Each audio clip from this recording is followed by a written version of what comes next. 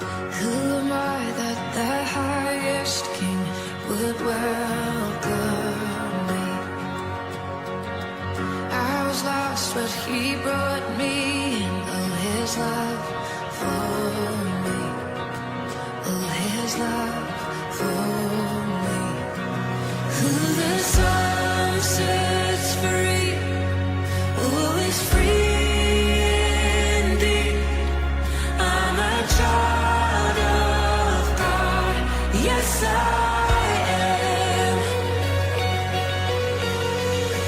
Free dust, he has ransomed me, his grace runs deep. While I was a slave to sin, Jesus died for me. Yes, he died for me. Who the sun sets free, oh, is free indeed. I'm a child of God, yes I am. In my Father's house, there's a place for me. I'm a child of God, yes I am. I am chosen, not forsaken. I am who you say I am. You are for me, not against me. I am who you say I am. I am chosen, not forsaken. I am who you say I am. You are for me, not against me. I am who you say I am. I am who you say I am.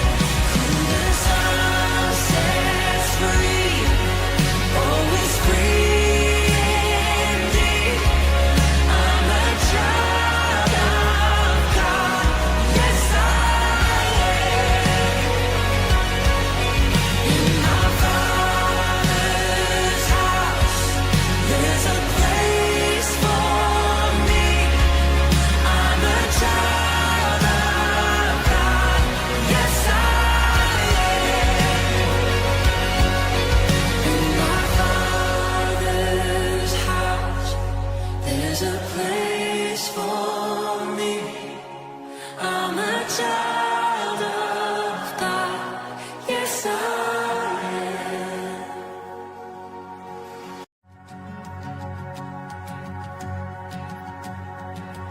Who am I that the highest king would welcome me?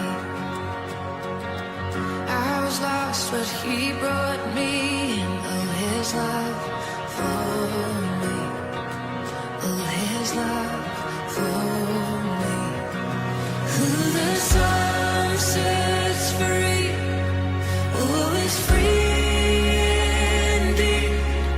I'm a child of God, yes I am. Free dust, he has ransomed me, his grace runs deep. While I was a slave to sin, Jesus died for me. Yes, he died for me. Who the sun sets free, oh, is free indeed. I'm a child of God, yes I am. In my Father's house, there's a place for me. I'm a child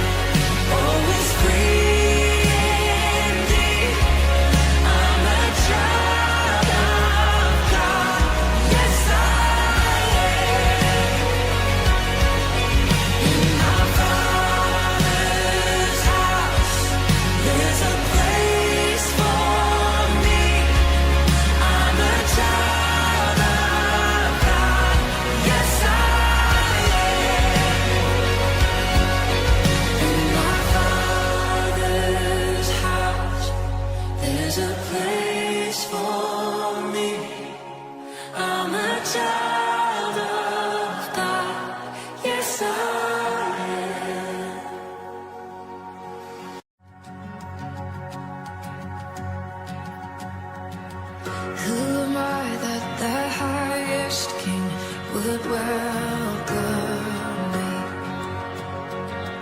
I was lost, but He brought me in. Oh, His love for me. Oh, His love for me. Who the Son sets free, oh, is free indeed. I'm a child of God. Yes, I am. Free at last, He has ransomed me. His grace runs deep. While I was a slave to sin, Jesus died for me. Yes, He died for me. Who the Son sets free, oh, is free indeed. I'm a child of God. Yes, I am. In my Father's house, there's a place for me. I'm a child of God. Yes, I am. I am chosen, not forsaken. I am who You say I am. You are for me, not against me. I am who You say I am.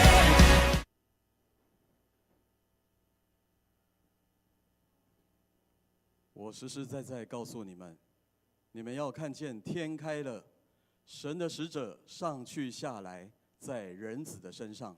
弟兄姐妹们平安，平安！感谢主，他因为他将天开了，圣灵要来到我们当中。我们所有的弟兄姐妹，请站立，我们要一起来赞美我们的神，将天敞开。将天敞开，你的荣耀降下来。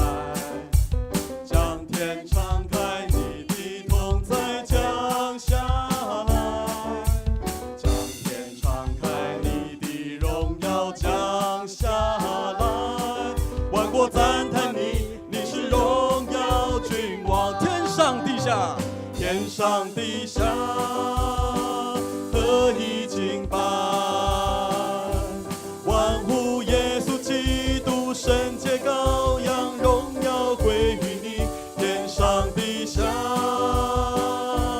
在永恒里敬拜，哈利路亚，哈利路亚。我们要再一起来赞美我们的神，将天敞开，圣灵要降临在我们当中，阿们吗？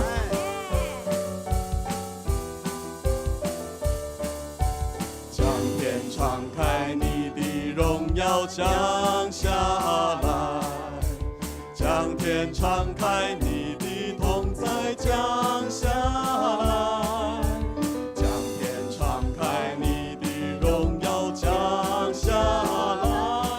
万国赞叹你，你是荣耀君王。一起来宣告说：天上地下，何以敬拜？欢呼耶稣基督，圣洁羔羊，荣耀归于你。天上地下，在永恒里敬拜，哈利路亚，哈利路亚。神就在这里，神就在这里，我们欢迎你，让一切焦点转向你。神就在这里，我们欢迎你，宝座前敬拜不停息。神就在这里，神就在这里，我们欢迎你，让一切焦点转向你。神就在这里，我们欢迎你，宝座前敬拜不停息。将天敞开，将天敞开你的荣耀降下来，将天敞开你的同在降下来，将天敞开你的荣耀降下来，万国赞叹你，你是荣耀君王，天上地下何以敬拜，万物耶稣基督圣洁羔羊，荣耀归于你，天上地下在永恒的敬拜，哈利路亚，哈利路亚，天上地下，天上地下何以敬拜，万物耶稣基督圣洁羔羊，荣耀归于你，天上地下在永恒的敬拜，哈利路亚，哈利路亚，哈利路亚，哈利路亚，哈利路亚，再一次来宣告说哈利路亚，哈利路亚，哈利路亚。我们要将一切的荣耀都归给我们神，我们一起用拍掌来赞美我们的神，哈利路亚。弟兄姐妹们，请坐。我们感谢主，在2个礼拜前，神已经拣选2025年新任的长职同工。或许在座的每一位弟兄姐妹，你已经接收到神的呼召，神要来拣选你，也要成为一位同工。是否我们每一位弟兄姐妹，你愿意在这个时刻回应神呢？因为成为神迹的器皿是非常荣耀的事。主耶稣，你照我出黑暗，如奇妙光明，赏赐独特的位分，在基督里我是新造的人，你看为宝贵，献上为你所有，让我成为你神迹的器皿，被拣选族类，君尊的祭司，圣洁的国度，属神的子民，来宣扬主耶稣彰显神的荣耀，让我成为你神迹的器皿，以星星的眼睛看见新的盼望，用你的大能和爱来充满我，我要传扬主的爱，让世界更美好。我们一起用这首诗歌来回应神对我们的呼召。主耶稣，你照我出黑暗，如奇妙光明，赏赐独特的位分，在基督里我是新造的人，你看为宝贵，献上为你所有，让我成为你神迹的器皿，被拣选族类，君尊的祭司，圣洁的国度，属神的子民，来宣扬主耶稣彰显神的荣耀，让我成为你神迹的器皿，以星星的眼睛看见新的盼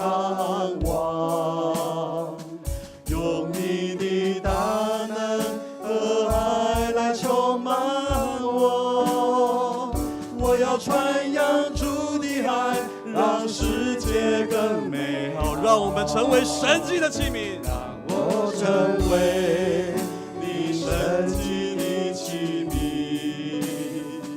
被拣选族类，君尊的祭司，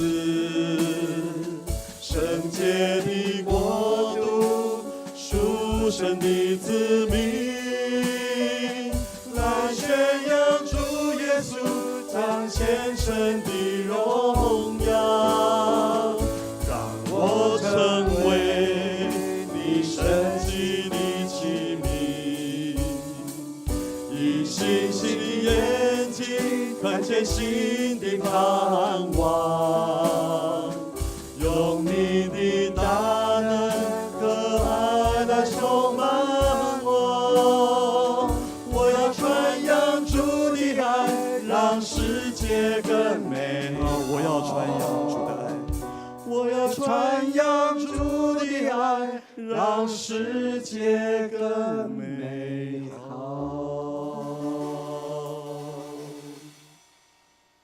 感谢主。在以赛亚书30章第15节这样说：我们得救本乎归回安息，我们得力本乎平静安稳。我们的信心要坚定于神，因为神要常在我们的里面。我们一起用这首诗歌坚定再坚定于我们的主耶稣基督。耶稣基督，圣洁美丽，无人能及，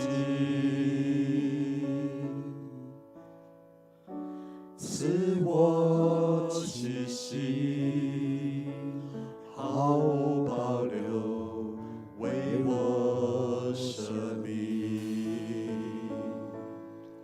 你的爱使我灵魂苏醒，患难中我能刚强站立。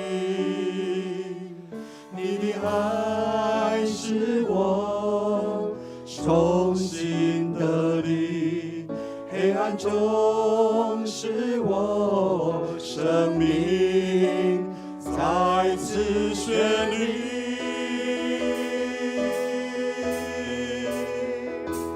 我心坚定于你，眼目专注于你，风浪之中有你同行，不畏惧。我心坚定于你，我灵降服于你，在你怀中平静安稳，我必得安息。你的爱，你的爱使我灵魂苏醒，患难中我能刚强站立。你的爱使我重新得力，黑暗中使我生命再次绚丽。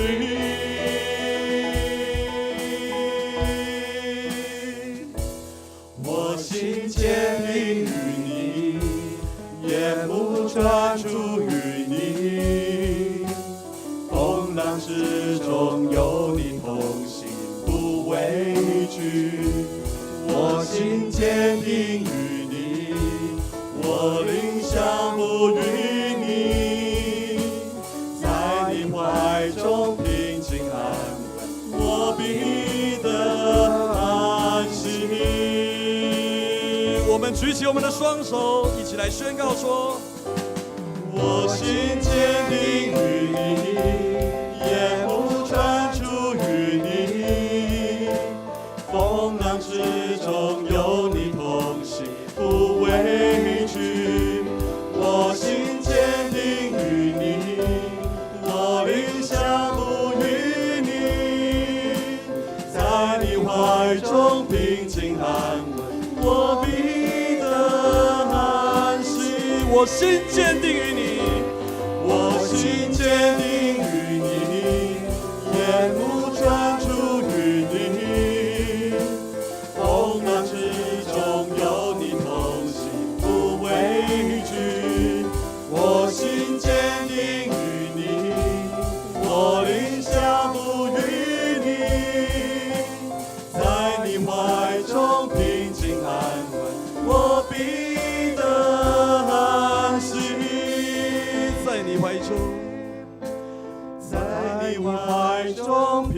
心安稳，我必得安息。我们一起祷告，天父上帝，谢谢你为我们设立的主日礼拜。我们谦卑来到你的面前，在你的圣殿得享你的慈爱与恩典。求主恩膏每一次的聚会，是在私下敬拜、祷告、赞美的灵在我们的当中，让我们每一次的聚会充满神的荣耀的同在。谢谢主，奉耶稣基督的名祷告，阿门。我们来介绍新的朋友啊，先奉献。好，我们一起来奉献。奉献是基督徒感恩的表现，是出于甘心乐意。如果你不明白奉献的意义，请用祷告来表达你的感恩。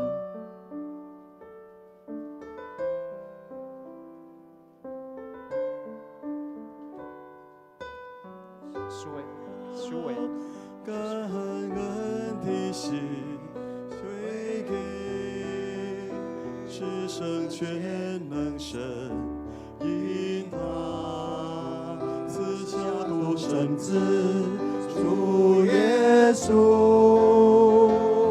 基督，献上感恩的心归给至圣全能神，因他赐下独生子主耶稣基督，如今软弱正义的刚强，贫穷正义顺服主，都因为主已成就了大事。如今软弱正义的刚强，贫穷正义征服主，都因为主已成就了大事。感恩，感恩，感恩。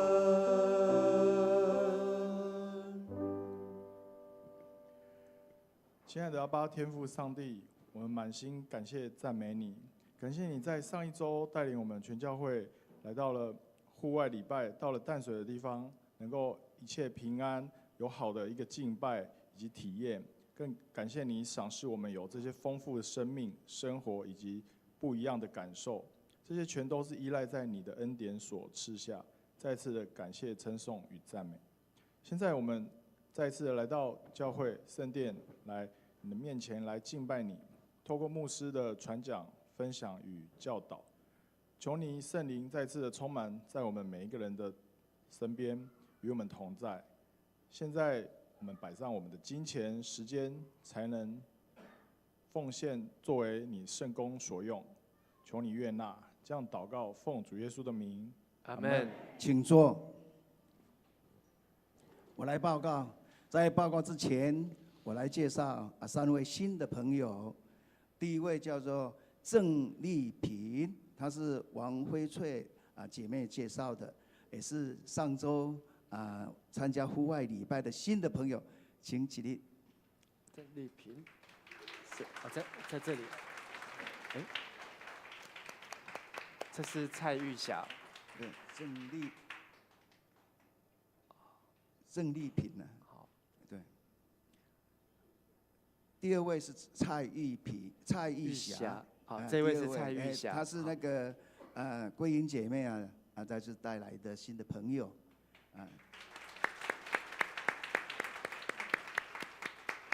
第三位是昭雄弟兄的儿子黄品祥弟兄，请起立。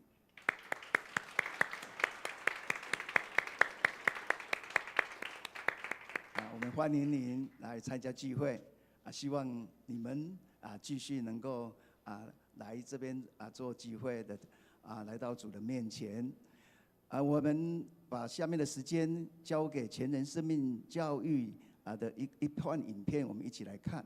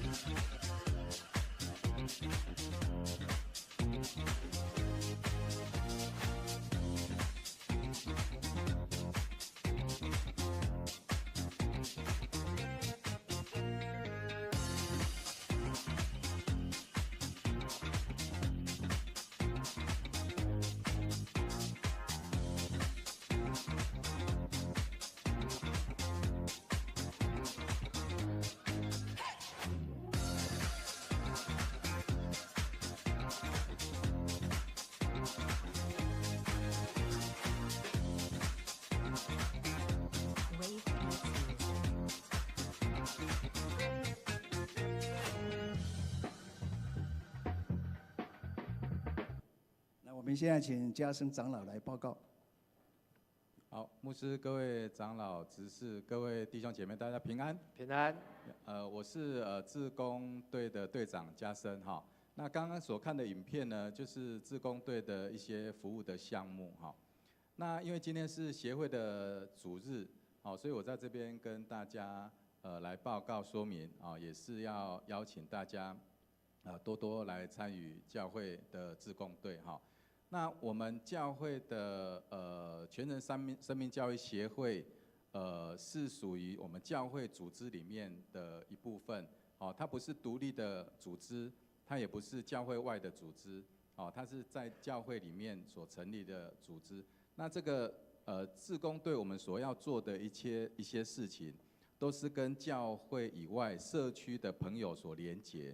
那主要的目的就是透过我们的服务，然后跟社区朋友建立关系，那盼望有机会可以将我们的福音传给大家，所以这个非常需要大量的志工来参与，那所以我们今年呢，就是我们有在外面有摆摊，就是有志工的摆摊在招募，那希望我们有意愿，有兴趣要参与的，我们都先来做登记，那我们会有教育训练。过去我们跟我们的志工跟外面的义工有时候有一些不一样，有一些会搞混哈。那我这边简单说哈，义工他是不需要透过训练的，那我们志工呢是需要透过训练，有训练了之后呢，我们才有志工手册。那你有手册呢，你才可以参与服务。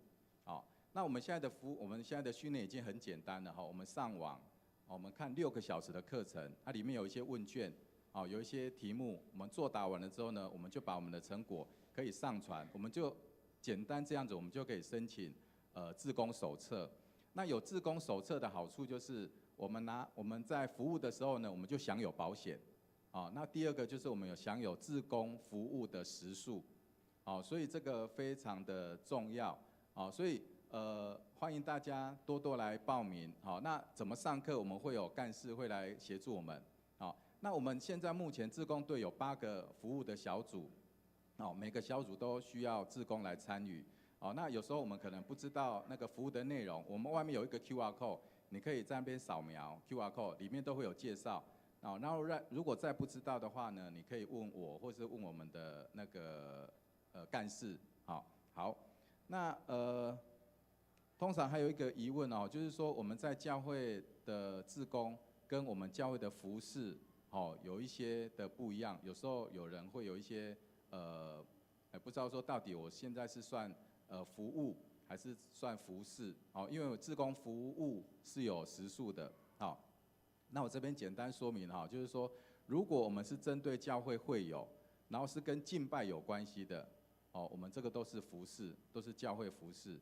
那如果是对社区朋友是非信徒的，那我们有传福音性质的，哦，这个都是算志工的服务，哦，简单用这样子的方式来区别，好，那我们现在志工的服务总共有8个小组，哦，第一个生命教育组、乐龄关怀组、乐活兴趣组、健康关怀组、社区接待组、急难关怀组、跟教育培训组、跟行政总务组，好。那今年比较着重在于我们想要邀请更多的青年来参与，因为过去5年的时间，我大概统计一下，我们5年的时间，透过志工服务，透过志工里面的德福关怀据点的服务，过去5年有25位的成人洗礼，那教会5年的成人洗礼有71位，它里面就占了25位。所以它的比例是非常的高，所以这个非常的希望大家共同来参与，因为要做的事情其实还很多，所以经常在有很多事工要推出的时候呢，我们志工是有一点缺少的这样子，所以站在教会传福音的立场，是不是我们应该要更多来参与这个协会志工队的志工的服务，那所以未来期待就是更多人参与，除了在教会服事以外，更多人也愿意参与志工的服务。好，以上报告。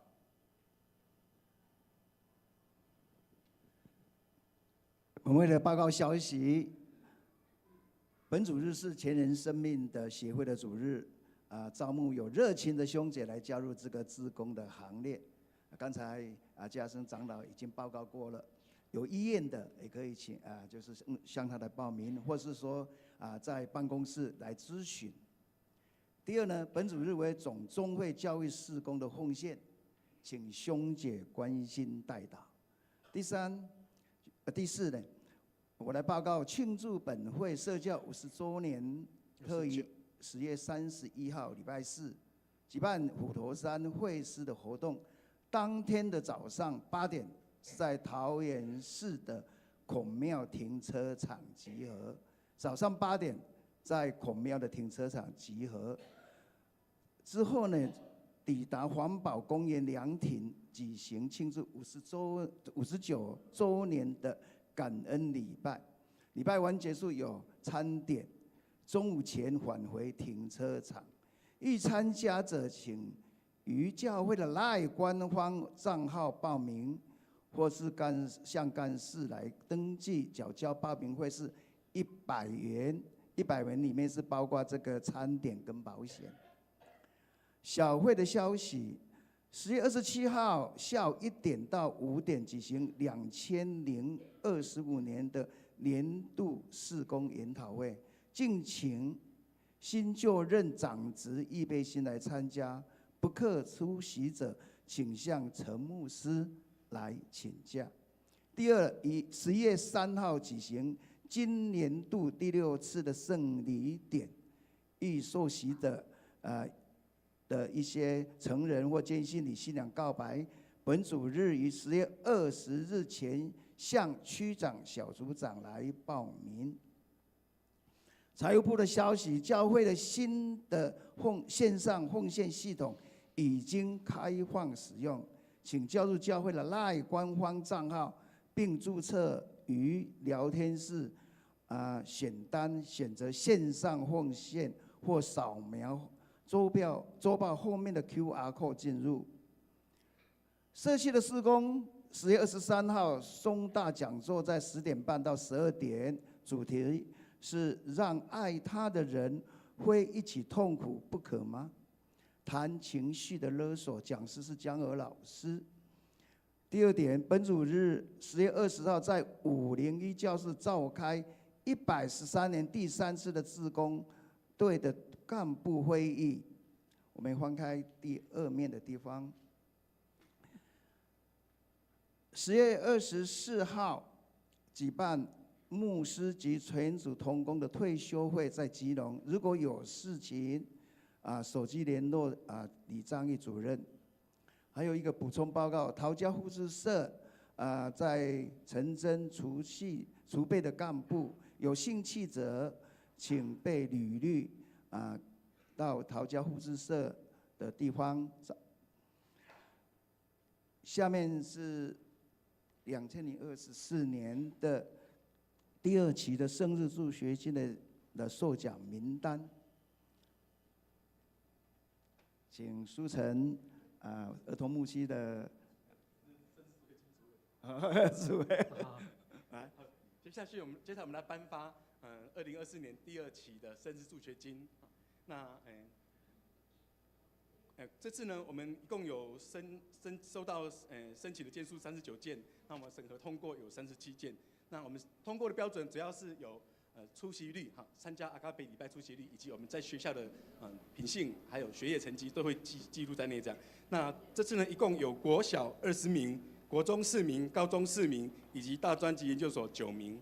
那先介绍得奖的受奖的国小的小朋友有吴莫言，然后黄恩宇、赵文一、魏岭恩、严以乐、吴莫珍，还有李廷瑜、林玉欣、庄乔慧、吴生泰、吴金妮、吴金汉、黄家恩、赵文乐、简凯哲、连爱妮、许志佑、庄杰宏、林玉成，还有简雨欣。好，我们国小的部分，我们请吴生泰同学来代表领奖，我们请牧师颁奖。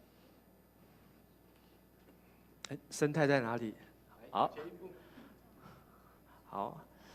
你有没有在学校领过奖？你要怎么领？要说李正，然后呢，敬礼，不是这样子，要这样子。哦，对。好，恭喜！来看前面。好，这是国小的小朋友。好，国小同学可以先下来那待会到那个49号再找我领其他的。好，等一下我回去领。好，接下来的话呢，是国中这次有4位王子亮，好，我的，子亮我的允田、嘉明，好，来往前一步好不好？好，那念到名字，国中的还有廖博成，好，质量不在，那我们请允田来代表领奖。就直接，因为4位了3个一起，对啊，好，那来有没有领过奖？李正、基礼，这样是童子军，要这样子，好，4只手指，好，李碧。廖博成，你是什么国中？清溪国中。简嘉明什么国中？建国国中。陈允田什么国中？新福国中。好，来看前面。好，掌声鼓励。好，钱不要乱花，存起来啊！隔壁有互助社。好，那高中高职的呢，有4位允杰。然后高金江好，陈爱彤，还有允琪，那就请，请牧师来。这是正好在我们家的小孩，你怎么？好了，一起都发好了。OK， 好，对。好，李正，经理，李碧。陈允杰什么高中？淡江高中。金香什么高中？正升高中。陈允琪什么高中？中原大学。好，在进高中毕业了。好，还有爱童，好也毕业。好，来看前面，掌声鼓励。好，上一期高中0人这次高中有4个，好，我们有进步了。好，爱童。大专及研究所的一共有9位陈毅陈伟谦没掉，好，陈义如、高庭颖、林木恩、许荣佩、蔡威成、简应轩、吴敏元，好，请问有几位堂课？OK， 好，那2位代表，好，大学不用敬礼了，好。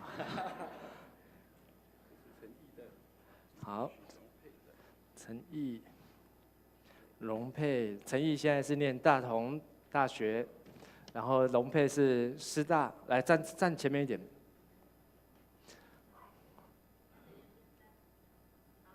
好，掌声鼓励鼓励。好，我们感谢主啊，我们教会的大学生好，还有继续在教会参与聚会，好，感谢主。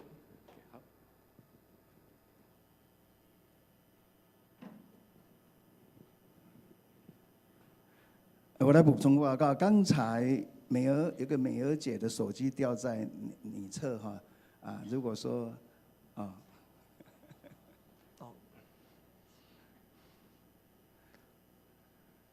好，我们一起来读本周的金句，我们一起来读2次。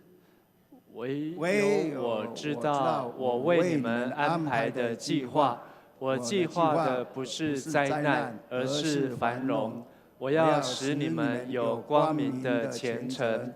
耶利米书29章11节。唯有我知道，我为你们安排的计划，我计划的不是灾难，而是繁荣。我要使你们有光明的前程。耶利米书29章11节。我们一起来攻读圣经，在耶利米书29章10到14节，我们一起来读。上主说：经过巴比伦统治70年以后，我要顾念你们，实行我的诺言，把你们带回这地方。唯有我知道，我为你们安排的计划，我的计划不是灾难，而是繁荣。我要使你们有光明的前程。那时你们要呼求我，向我祷告，我要回答你们。你们找我，一定找得到。你们若一心追寻我的，我保证让你们找到。我要让你们还乡重整家园。我要从放逐你们去的各国各地，把你们集合起来，带你们回到你们被掳离开的故土。我上主这样宣布了。以上，我们现在要请主任牧师陈博士牧师来讲道。他讲到的题目是无法发呆的时刻，无法发呆的时刻。好，各位弟兄姐妹，大家平安。感谢主，让我们在上个礼拜真的有一个很美好的天气啊。好，江南教会在庆祝59周年，能够来到真理大学，在那边留下这张美好的合照。那这也是当初在安排这个活动的时候，希望能够留下最美好的画面。好，就是那天弟兄姐妹能够一起在那边来庆祝。好，但是因为人很多，好，所以这个照片可能看不出来自己在哪里。好，所以我们把这照片洗出来之后呢，好，会让大家来寻找。但是那一天呢，那个立煌兄，好，他一个很好的建议说，我们在那个礼拜堂里面也很漂亮，而且那管风琴很壮观，我们可以在里面也拍照。所以我们牧师也把讲道又缩短了10分钟，好，我们就在里面又留下这一张好很漂亮的照片啊，好，所以感谢主，好，让我们在这个59周年之际呢，好，能够一起在真理大学好来怀念上帝怎么样带领迦南教会走过的心路历程哦。而在那一天的聚会结束之后，好，其实我们也感谢传道部还有青年牧区的同工，好，他们来协助带我们去参访马街山景，同时呢还有轻松小活动，好，透过6个赞，好，能够让大家去那边打卡，也让我们教会开始要准备使用的好牧人系统 LINE 系统呢，好，也能够预先来演练。好，但是在这样的活动当中，好，总共有260个人好参加这个打卡好踩点的活动，最后有100个人拿到这个60周年的纪念手提袋哦。你有得到这个纪念手提袋，请举手。好，这场也很多人啊，好，请放下。好，所以呢，这个辛苦代价呢是有值得，好，但是也很抱歉，很多人可能没有参加，或是参加了没有拿到。好，但是也有美中不足的，就是我们在办这次活动当中，好，可能没有告知清楚，好，有的人他不晓得中餐要自理，好，以至于他在那边哭等说啊，怎么没有中餐可以吃？好，然后前后找不到便利商店，然后等到3点多才可以上车，哇，坐了3个小时，好，非常的疲累，好，甚至呢，好，他在那边。也没有人陪伴他，好，所以我们在活动预备的时候呢，好，可能有一些忽略的地方或是疏漏的地方，好，也请大家多多包涵。还好那天的天气很好，也很凉爽，还有很好的风，好，坐在那边其实发呆放空也很不错啊。你知道吗？这个发呆有比赛哦，叫做国际发呆比赛。好，这国际发呆比赛是什么呢？好，国际发呆比赛就是90分钟里面，好，第一个不能够笑。第二个不能睡觉，第三个不能做任何的事情，好，就是在那边发呆。好，90分钟没有睡、没有笑、没有睡着、没有做任何事情，好，他就可以得到奖金哦。好，那今年的这个发呆比赛呢，是在香港来举行哦。在圣经当中，我们也看到上帝的百姓子民也被上帝发呆哦。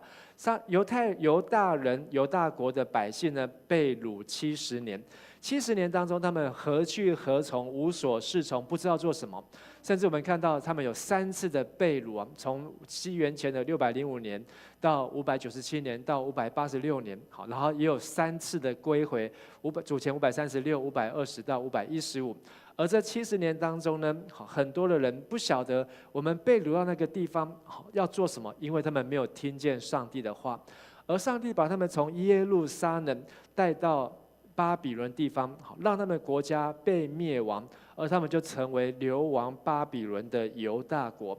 其实并不是当天才知道，而是上帝早就告诉他们时间、地点、人事时地物数，上帝都告诉他们了。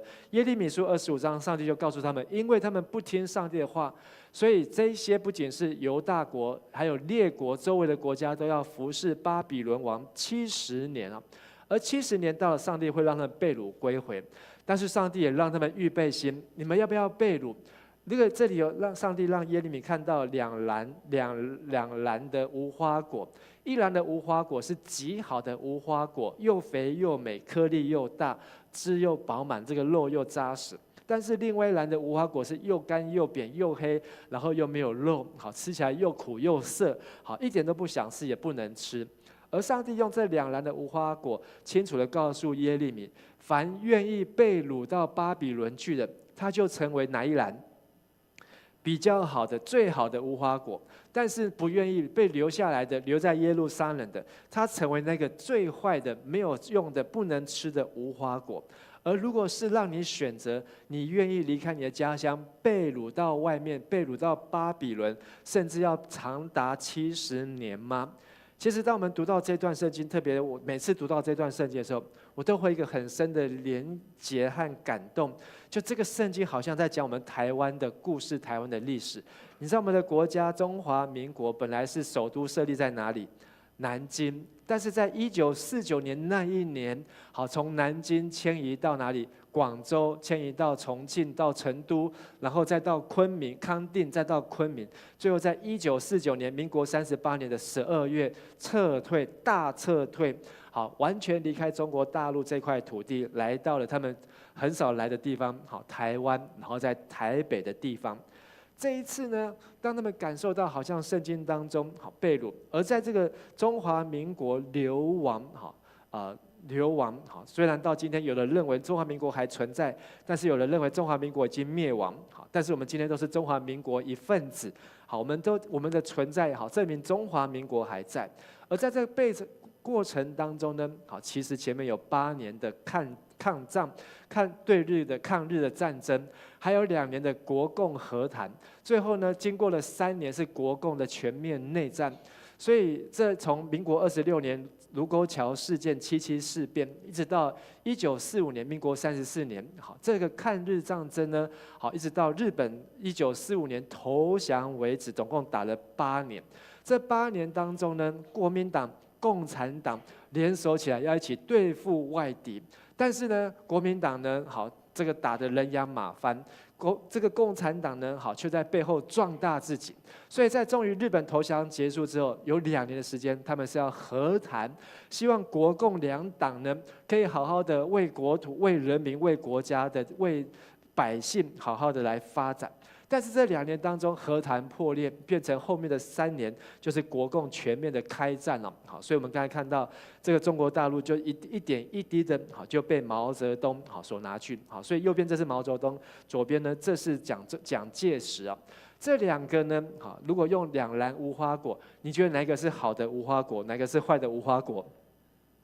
好，当然都是说自己那一边是好的无花果。好，你知道对面问这个问题的时候，他们也会说他们是好的无花果，对面是坏的无花果。但是在今年的国庆日的预演晚会当中呢，我们的总统赖清德讲了一句惊天动地的话。他说什么呢？中华民国是中华人民共和国75岁民众的祖国。这句话一开始讲的时候，大家还反应不过来。然后他继续说，中华民国已经113岁了。而我们的邻居中华人民共和国在10月1日才过几岁生日？75岁生日，今年好，所以谁是谁的祖国？113岁会去叫一个75岁哦，我要回到祖国的怀抱吗？好，这一句话呢，真的点醒，好，也是唤醒很多梦中人、睡中人啊，还在沉睡当中，一直对着对岸喊着祖国，却不知道自己的国家中华民国已经113岁，对面才不过只差着差不多1半多一点，好，75岁，但是整天喊着对面是祖国，好，而这句话呢，也代表中华民国是习近平的因为习近平还没有75岁，是习近平他的爸爸妈妈的祖国。这句话是真的还是假的？好，因为习近平的爸爸妈妈的祖国的确就是中华民国，就是在南京。好，后来去到了重庆、康定，好，来到了台湾哦。但是呢，好，在这个真假事实当中，好，人呢却常常容易被混淆，忘了自己是谁，忘了自己的祖国是谁，忘了自己的故乡故土在哪里。耶利米书29章，上帝要耶利米写了一封信，把这封信寄到巴比伦去，因为那一群被掳到巴比伦的，有祭司、有先知、有长老，他们已经是第2次被掳到那里。好，有一批就是但以理那个年代。第2批就是先知以西结那个年代，他们去到那个地方，他们不知道何去何从啊！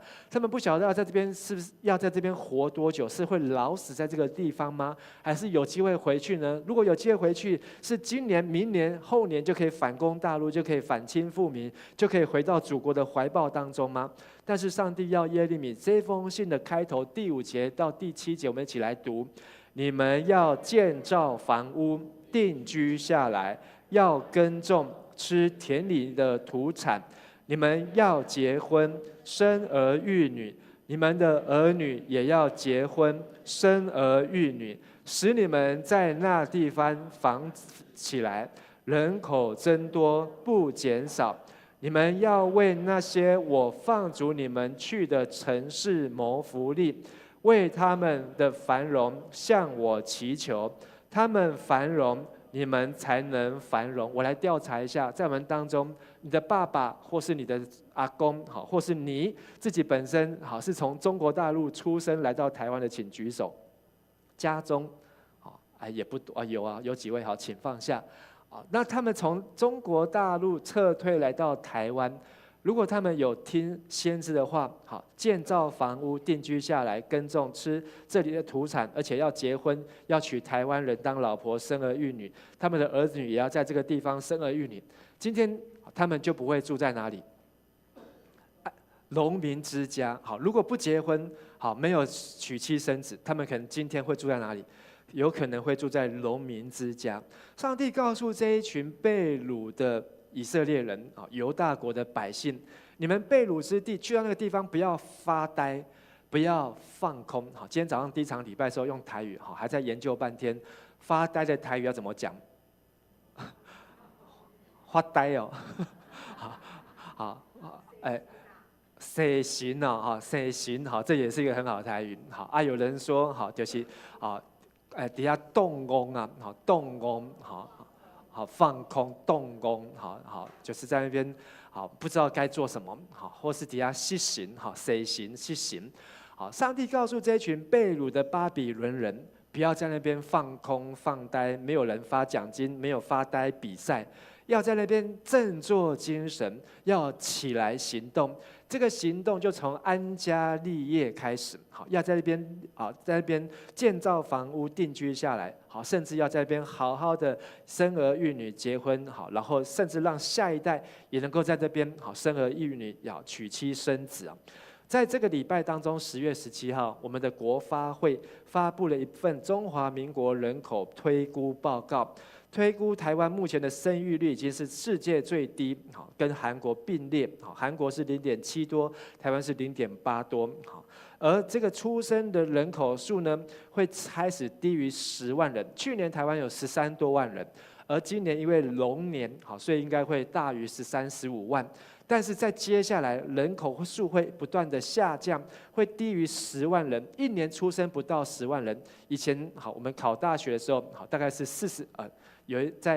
在某个年纪考大学的时候，多少人考大学考联考？40万人哦。好，现在考大学呢，剩下10几万人，好，可能甚至还不到。好，如果加上所有的，而这个报告呢，告诉我们说，在2040年后呢，人口数会低于10万人，每一年出生低于10万人，哦，从原来的2054年提前15年，这个速度之快，国发会都吓一跳，他们认为说出生人口数低于10万会在2054年，但是这个礼拜热腾腾的报告提早15年，好，意思就是说这样速率一直下去，到2070年。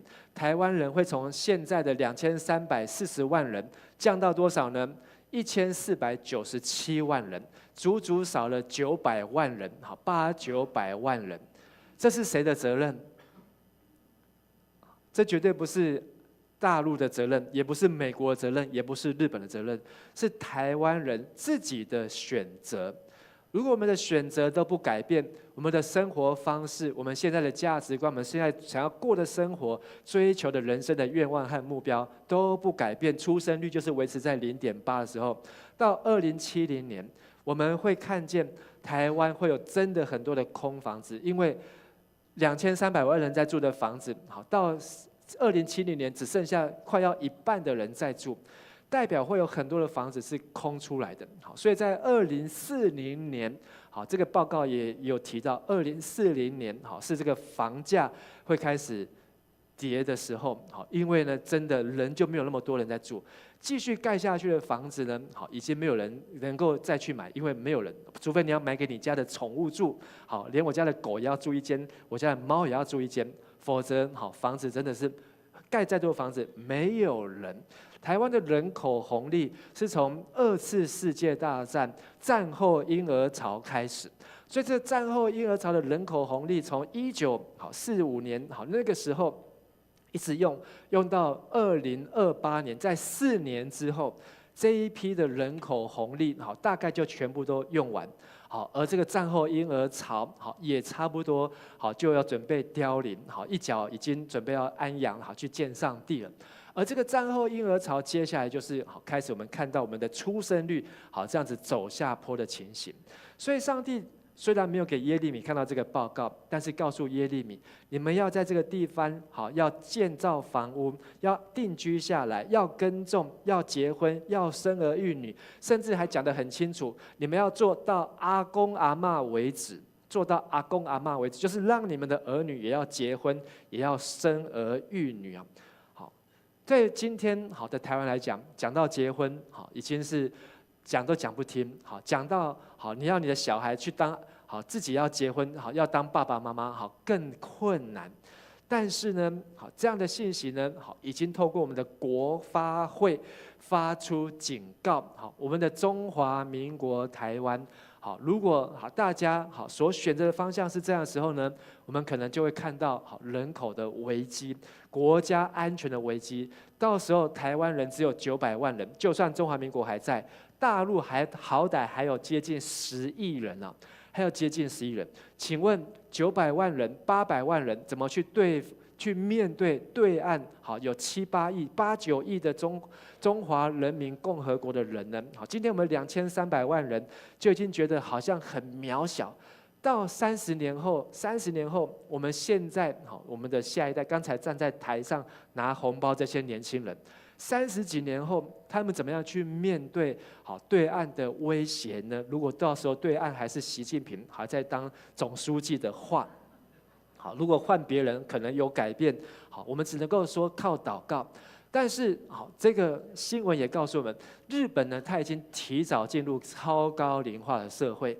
日本的超高龄化的社会造成什么呢？房子过剩，所以很多的空屋高达多少间？900万间，在日本有900万间的房子是空着，所以有那个1元出租，甚至0元出租也找不到人。但是他为什么不干脆把它拆掉呢？因为拆还要钱啊，好，政府没有钱，好，所以就只好留在那边，房子就放给他，好，恨后一挪，好，所以他就只能够等待下一次地震能够自然倒塌，好，自然倒塌，好，而我们的生育率呢，好，跟韩国、跟新加坡真的在拼1、2、3，日本已经开始。你看生育率，日本的生育率还有办法拉到16，所以他们在努力啊，倒数16了。好，所以他们已经离开这个倒数第一，已经离开一段距离了。而我们现在才开始在走日本人所要走的路。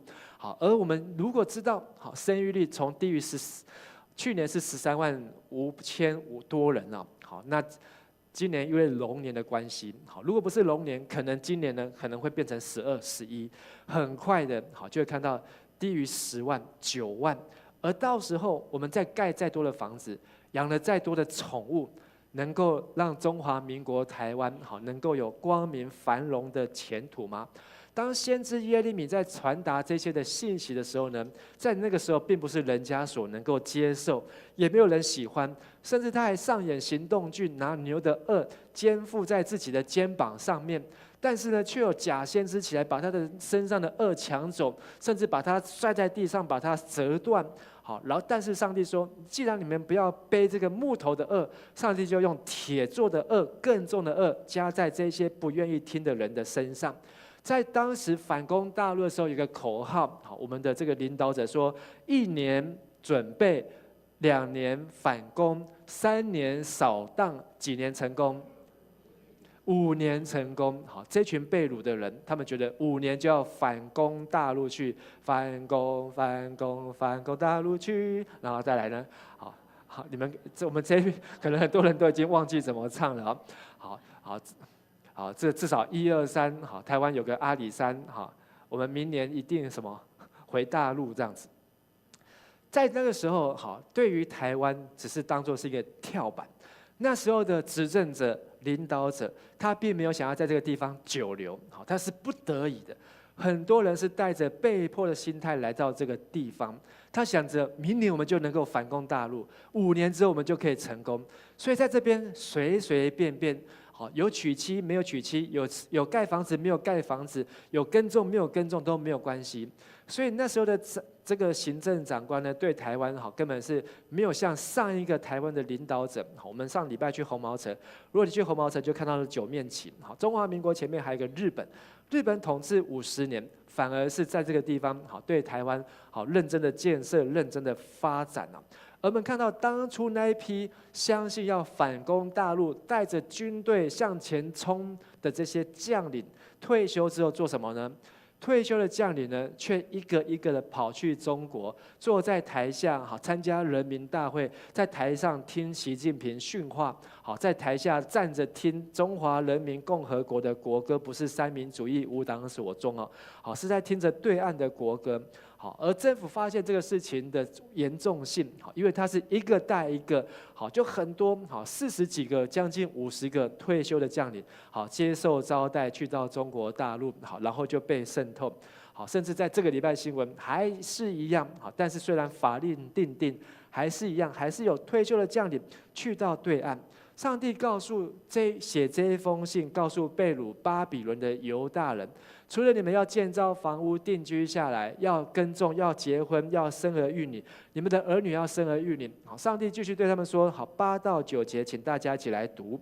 我上主万军的统帅，以色列的上帝警告你们，不要被你们当中那些先知或自吹会占卜未来的人欺骗，也不要相信他们的梦。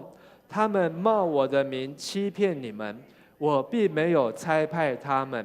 我上主这样宣布了。在国民党一边要反攻大陆的时候，共产党的领导者毛泽东怎么说？1分抗日，2分应付，7分发展。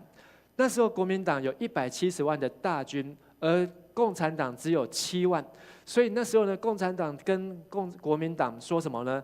停止内战，共同抗日。好，这是在抗日战争之前。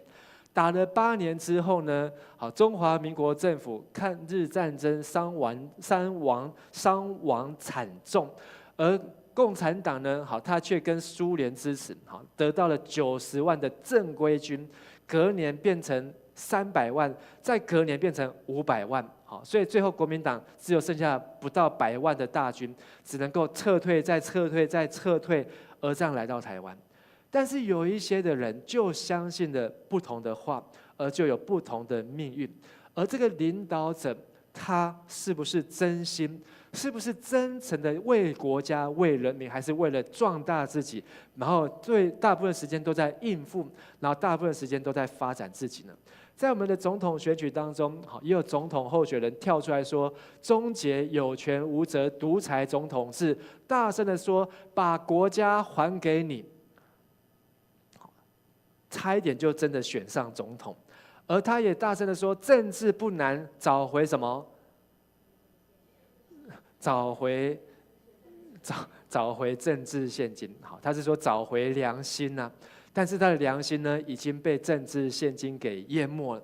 满脑子想着，哇，这么多的政治现金，可以怎么样不用开发票？可以怎么样可以逃过人家的眼目？可以怎么样可以存到随身碟里面？可以怎么样好？可以把这些钱好变成自己的私房钱，拿去买豪宅的钱。这也是发生在我们今天2024年，我们所谓的民主国家的台湾。我们人民到底要何去何从？在70年前、75年前，国民党就已经被共产党骗过了一次。好，而今年的选举，国民党又被民众党又骗了一次。好，以为自己是老3，其实他是老2。好，在选举的民调当中，我们要知道到底什么是真的，是假的。在耶利米书让我们学习悔改的 SOP。好，第一个步骤就是要醒悟，第二个步骤是要怎么样下决心，第3步呢？承认自己的罪，第4步，愿意付代价，第5步。今天我们从耶利米书看到，我们这一群被掳，或是亡国，或是流亡，不是在祖国的怀抱当中出生，但是我们不要放空，不要发呆，而是要起来行动。因为上主说，经过巴比伦统治70年以后，我要顾念你们，施行我的诺言，把你们带回这地方。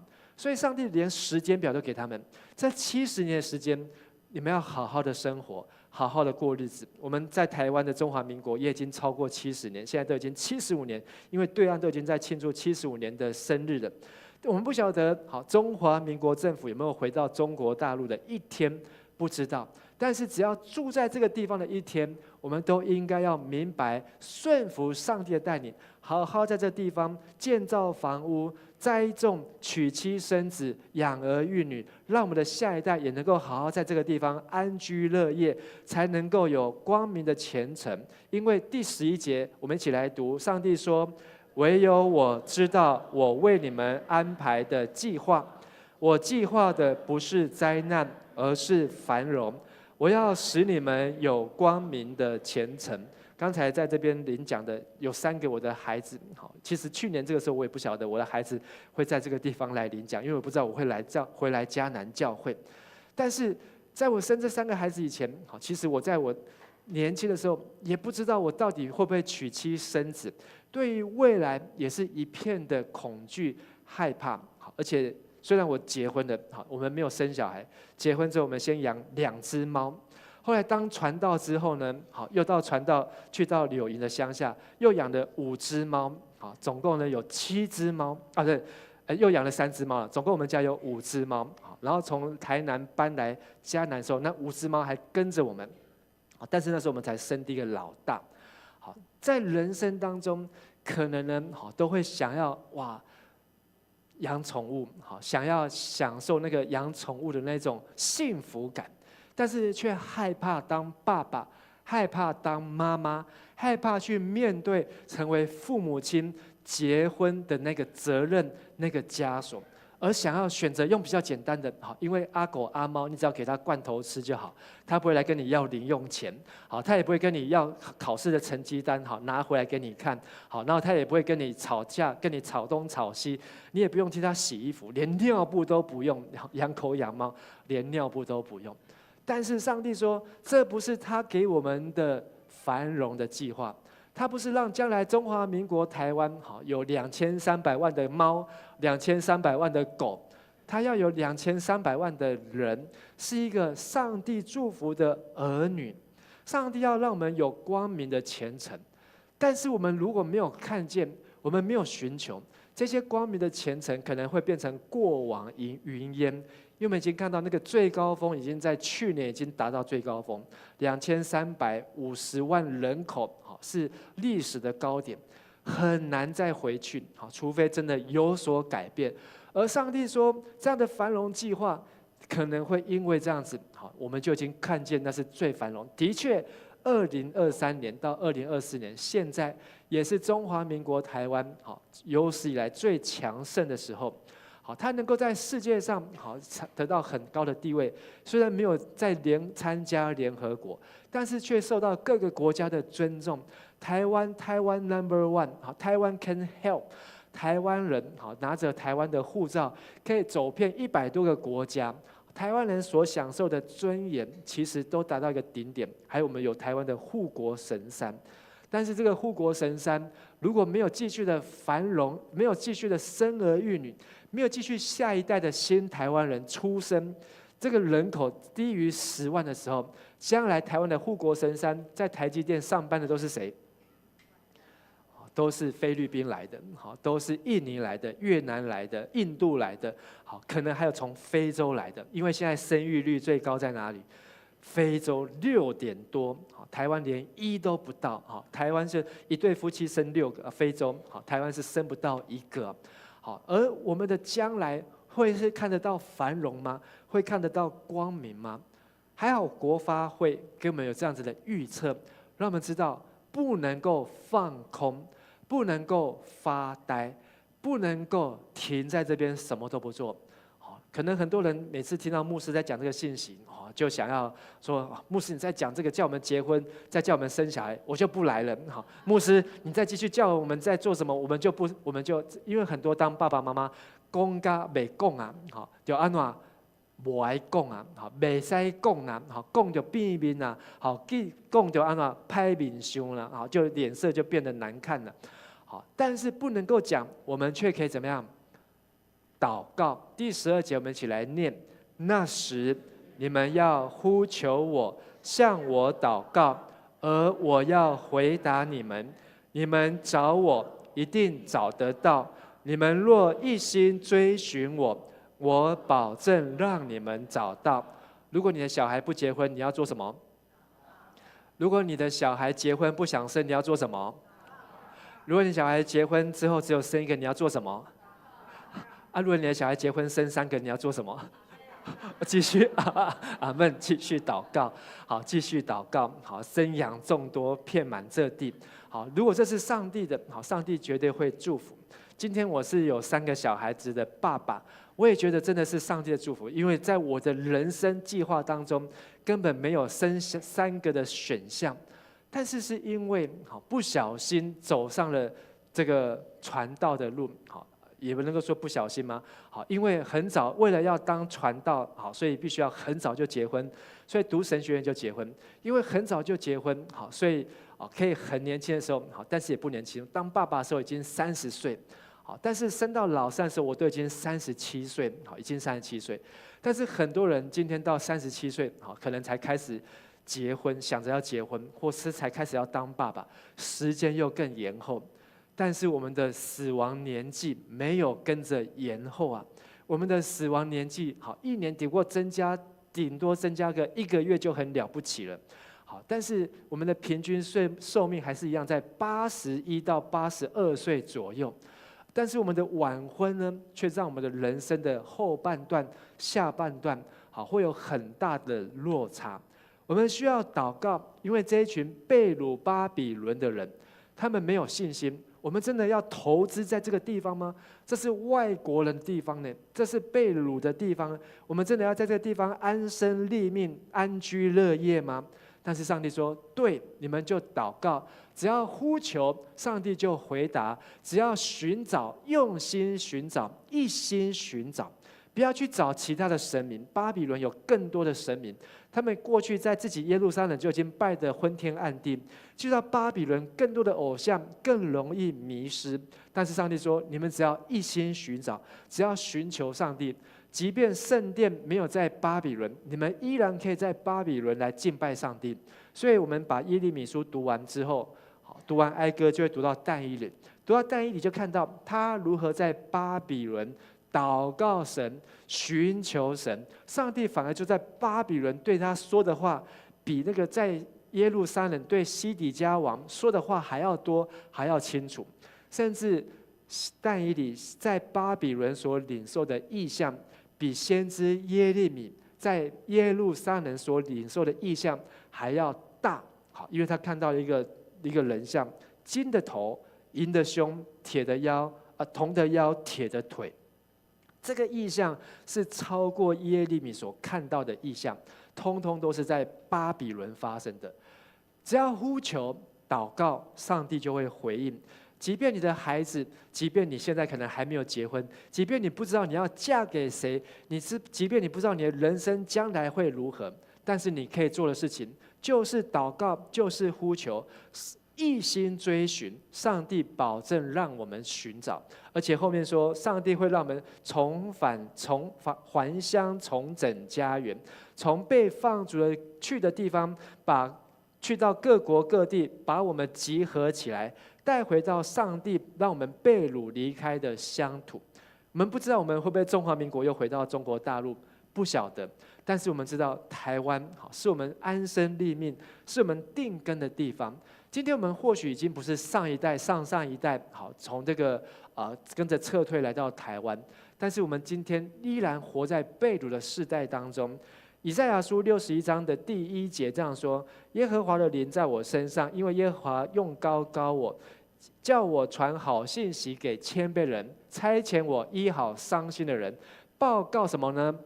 被掳的得释放，被囚的呢？什么叫做被掳的？被掳的就是他没有活在上帝的计划当中，成为那一栏又干又扁又没有肉又黑又丑又不能吃的干瘪的无花果。而上帝要让我们被掳的得释放，被囚的出监牢，要成为那一栏，就是长得饱满，然后呢，这个又多肉又有汁，吃起来又甜，然后又能够得到饱足的无花果。当我好像上某个礼拜有分享，住在拉斯维加斯教会的牧师馆当中，后院就有一棵无花果。那一颗无花果呢，长出来那个都是只有小小的，很绿。哇，我很高兴，刚去的时候很高兴。后院就有无花果，就可以吃到无花果肉。可是我在那个教会5年呢，从来都没有吃到，没有一颗可以吃的。因为怎么样？应该是没有施肥没有水也不够。我也不知道怎么样去种。可是呢，有一次，大概3年后，去一个会友家，同样在拉斯维加斯，在那个会友家的后院有一棵无花果，它的无花果是像一个触定港块，像个屋顶一样。它的无花果多到掉得满地，每一颗都很大一颗，随便吃。那个无花果肉吃开，你吃了你就知道，这个是吃起来那个肉呢是松的，而且呢是甜的，连那个籽咬下去都有味道，而且科学家证实吃无花果可以补哪里？补脑，可以补脑，所以多吃无花果可以减缓这个退化和失智哦。而上帝用无花果来形容被掳。我们今天的世代被掳呢，就是我们被我们的工作掳去了，被我们的学业掳去了，被我们的人生目标、价值观掳去了，而却不愿意回到上帝的计划，不愿意回到上帝的心意当中。叫我结婚，别想，我念书要紧。好，叫我生小孩，别想，好，我这个钱养不活自己了，我还生小孩。好，当我生老大的时候，好，那时候还是当传道，一个月的谢礼都只有2万多块，好，只有2万多块的谢礼，要不要生小孩？但是还是生了，好啊，有1就有2，好，有2呢，好就会可能有3了。所以呢，好，虽然是没有勇气，好，但是凭信心，好，所以真的是有1有2，有2就有3，好，但是呢，现在讲到有4呢，好，已经不是我的责任了，好，而是年轻人的责任，好，而是现在在育婴室，好，现在可能在主日学，好，这些年轻父母，好，他们的责任，或是下一代的责任。上帝写的这一封信送到巴比伦，其实也是透过耶利米书传到今天。中华民国是中华人民共和国的祖国，台湾告诉我们，好，29章第11节，好，这一节呢，好是根据这个Your Virgin 好这个 APP 圣经 APP 它的调查，全世界基督徒好搜寻金句最高的前10名。你猜这一节第几名？第1名要不要猜猜看是谁？约翰福音3章16节，没有错。好，就是全世界基督徒好搜寻金句第1名就是约翰福音3章16节，神爱世人。好，后面就不用再念了。第2名就是耶利米书29章11节。好，这一节好是我们今天的金句，也是我们今天灵修，也是今天新眼光好的经文。好，我们来读这一节，用下面的华语。耶和华说：“我知道所向你们所怀的意念是赐平安的意念，不是降灾祸的意念，要叫你们末后有指望。”好，再一次，耶和华说：“我知道我向你们所怀的意念是赐平安的意念，不是降灾祸的意念，要叫你们末后有指望。”我们可能现在很多的台湾人觉得台湾哇前途一片光明，我们有护国神山，我们有股市23000点，我们有这个有赖清德总统，有蔡英文总统，我们可能有很多的有 F-22，我们可能有很多的防空系统、防御的飞弹，我们可能还有潜艇国造，但是这一些不能够保证我们的平安，而是真正的平安是来自于我们的下一代。下一代的台湾人要长什么样子？这是我们今日的责任。下一代台湾人会长得阿猫阿狗的样子，还是一个超越我们今天台湾人的样子？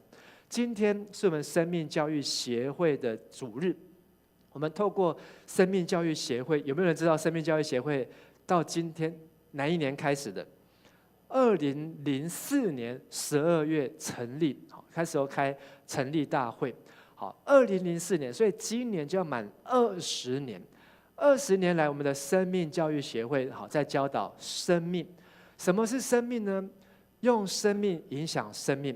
可是我们的生命教育还不够，好，因为生命教育要教到怎么样能够用你的生命去孕育生命，用我们的生命去影响生命。所以，我们生命教育协会不是只有教人打鼓。不是只有教人跳舞，不是只有教人做手作，不是只有到国中教生命教育课程，而是能够教出生命。我们本身要先经历这样的生命，而上帝说这些事情或许我们今天不一定做得到，但是这是和合本的翻译12、13节，再请大家一起来读：你们要呼求我，祷告我，我就应允你们；你们寻求我，若专心寻求我，就必寻见。上帝要我们用祷告取代害怕，用寻求来换得我们心中平安的意念。因为上帝要叫我们在末后有指望，上帝要让我们将来是前途光明。而台湾的前途，台湾的将来，不是只有在我们这一代，在我们的下一代，也在我们的下下一代的身上。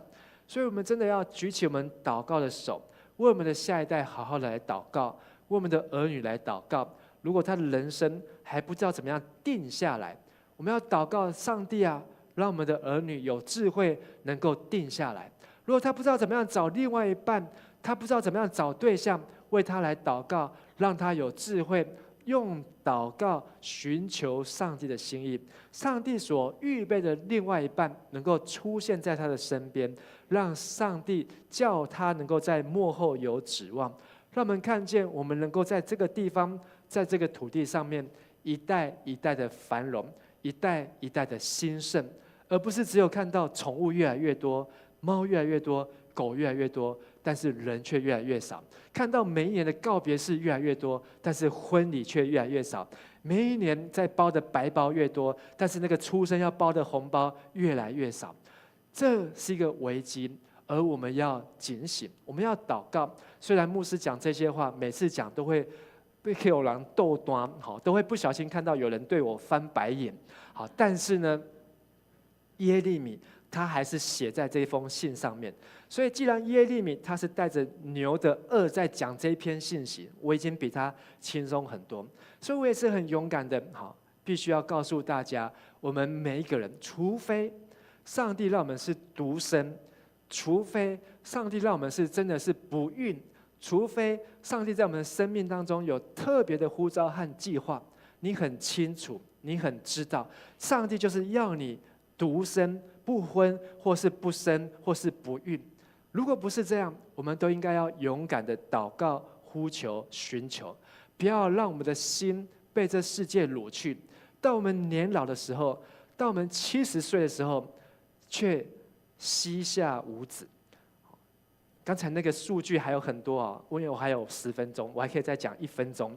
好，那个数据里面还有一句话：现在呢，我们的老人，65岁以上的老人，还可以做那个爱心卡。好，现在还可以到处出去玩，坐高铁半价。但是呢，30几年后的老人呢，有没有这个福利呢？不知道。现在的老人，你能够退休不用工作上班，是因为有3.6个青壮年在养这个国家，在撑起这个社会。我们可以退休养老，不用做事情，好，因为有3.6个青壮年正在上班工作打拼。到了2070年，一个老人谁来养？几个人养？一个人养。一个老人只有一个人可以照顾，所以表示说那时候全台湾人青壮年的工作就是做什么？照顾老人，照顾老人啊！因为老人他就不工作不上班了，全台湾人的工作都在照顾老人，赚的钱1比1，好，你赚多少就要一半好来照顾老人，好，那是36年后会发生的，46年后。46年后会发生的事情。好，所以呢，盼望我们好能够在这样的数据当中，在这样的信息当中，要知道这不是不关我们的事情，这是我们的国家的未来，这是我们在这个土地上所会面临的事情。日本人他们已经走出那个倒数第1名了。好，虽然今天日本人还很辛苦，可是他们已经走出来。而我们看见日本人的教训，我们也要警醒。让我们能够为我们的下一代举起祷告的手，好，让我们能够领受上帝的平安意念。不要觉得将来现在还在22K， 那时候我在当青年牧师的时候，真的就是 22K。好，真的那个时候，好，就是你出去打工，硕士毕业也在赚22K， 那时候真的是没有前途，没有将来。现在明年变成29000，好，已经29K， 而且这个礼拜的数据，台湾人的平均薪水，好，平均的大学毕业起薪都在3万多以上，已经离22K 超过1万多。我们的 GDP 好，已经在今年追过韩国，我有在这边讲过，而我们的 GDP 现在也正在追着日本。台湾的经济正在起飞，但是不要让那个经济起飞，人数却在下降。台湾过去1年堕胎数有40万人，好，但是现在的堕胎数更快、更简单，7颗药就可以解决，所以一定是超过100万人，甚至200万人。但是真的生出来的很多的受精卵，很多几百万，1年几百万，但是真的能够从妈妈肚子里面生出来的，剩下10几万。有100-200万的生命，可能都要从上帝那边来，又回到上帝那里去，因为现代人价值观这样，而我们的思想这样，而我们被掳，这正是魔鬼的心意。魔鬼在埃及的时候，就是要这个2个接生婆，好去杀死、去淹死、去掐死所有刚出生的男婴，这就是魔鬼所要的。他不希望上帝的后代、上帝的子民能够繁盛强大起来，所以就用人口灭绝、种族屠杀的方式。所以希特勒也遵循这一套的信仰。但是上帝要叫我们在末后有指望，盼望这一篇的信息不是一个末日的信息，也不是一个危机的信息，而是让我们能够起来行动，让我们能够起来祷告，让我们能够起来呼求。愿上帝继续祝福中华民国，好，能够成为每一个人的祖国。我们一起来祷告。亲爱的天父上帝，感谢你，我们所居住的国家中华民国的总统，他愿意承认中华民国是他的国家，他愿意以中华民国来称呼自己的国家。而台湾这块土地经历了400年来9个政权的移转，而今日我们看见台湾在世界上有一个骄傲的时刻，有一个光荣的时刻。我们要感谢，因为有159年前宣教士一个一个的把福音、把圣经带到这个土地上，让今天的我们人民的心明智大开，让我们的眼睛能够明亮，让我们能够分辨善恶是非，让我们能够来遵行法令，让我们能够成为一个有法治理的国家。但我们也看见我们的国家的危机，就是人活在世界，追逐世界的名声、权位，追逐世上的金钱，追逐豪宅，追逐豪华的汽车，追逐人生的享乐，却没有为下一代为他们来举手祷告，却没有为下一代为他们来专心寻求神，却让下一代自生自灭，让下一代自己来决定自己的将来。主啊，让我们读了今天的耶利米书以后，求你让我们更加体悟到上帝的心意。即便国家灭亡了，即便亡国被掳到巴比伦，上帝你依然要这一群被掳的人在末后有指望，依然要他们安身立命，起来行动，不要在那边发呆，不要在那里浪费生命，而是要为将来做美好的预备。求上帝的话进入我们的心，进入我们下一代的心，让我们用生命教育生命，用生命影响生命。我们献上我们的祷告，献上我们的祈求，奉靠耶稣基督的名求，阿们。邀请大家从座位上站立起来，我们用这首诗歌一起来回应神，让我们能够领受的是平安的意念，让我们看见前途在末后有指望，前途是光明。愿上帝的灵、上帝的祝福继续与我们、与台湾、与中华民国以这块土地同在。耶稣基督，圣洁美丽，无人能及，赐我气息，毫无保留，为我舍命。你的爱使我灵魂苏醒，患难中我能刚强站立。你的爱使我重新得力，黑暗中使我生命再次确立。我心坚定于你，眼目专注于你，风浪之中有你同行，不畏惧。我心坚定于你，我灵降服于你，在你怀中平静安稳，我必得安息。你的爱，你的爱使我灵魂苏醒，患难中我能刚强站立。你的爱使我重新得力，黑暗中使我生命再次让我们举起我们的手，向神来祷告，用我们的心向神来呼求。我心坚定于你，我又专注于你。风浪之中有你同行，不畏惧。我心坚定于你，我灵降服于你。在你怀中平静安稳，我必得安息。我心坚定于你，眼目专注于你。主啊，求你垂听我们的祷告，我们要为自己来祷告，为我们的儿女来祷告，为我们的婚姻来祷告，为我们的另外一半来祷告，为我们的教会，为我们的社会，为我们的国家，为我们的将来祷告。愿上帝你带领我们，赐给我们在末后有指望，赐给我们有平安的意念。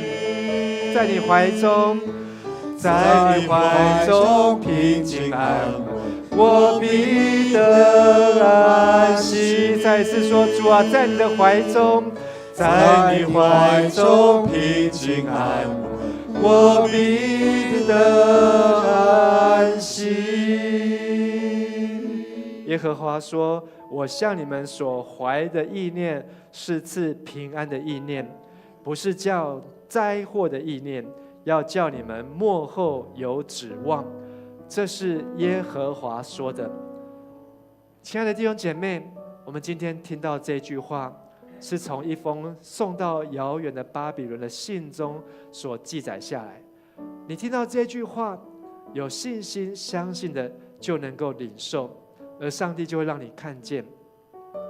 陈牧师在27岁的时候当传道结婚，在30岁的时候当爸爸，虽然经济上，虽然个性上，虽然能力上面都不能够胜任成为一位父亲，但是上帝给我的意念是平安的意念。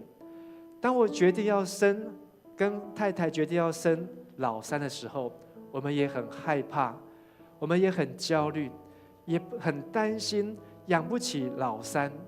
但是今天我们的老三刚刚站在这里，领到生日助学金。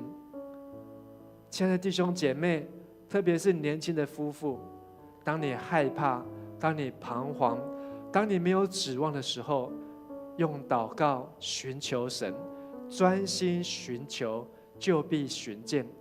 不是去找新的工作，不是去找新的老板，不是去找新的更好的机会，而是寻找上帝。不是去找新的男朋友，去找新的女朋友，或是去找新的教会，而是寻求上帝。上帝要赐下平安的意念，就在我们所居、所住、所处在的环境。上帝能够使无变为有，上帝能够平息风浪，能够叫水变为酒。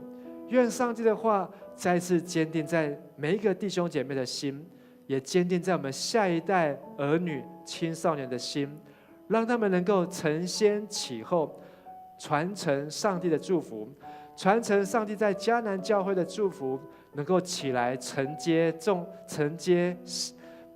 责任，能够起来迎接上帝在将来所要赏赐繁荣光明的前程。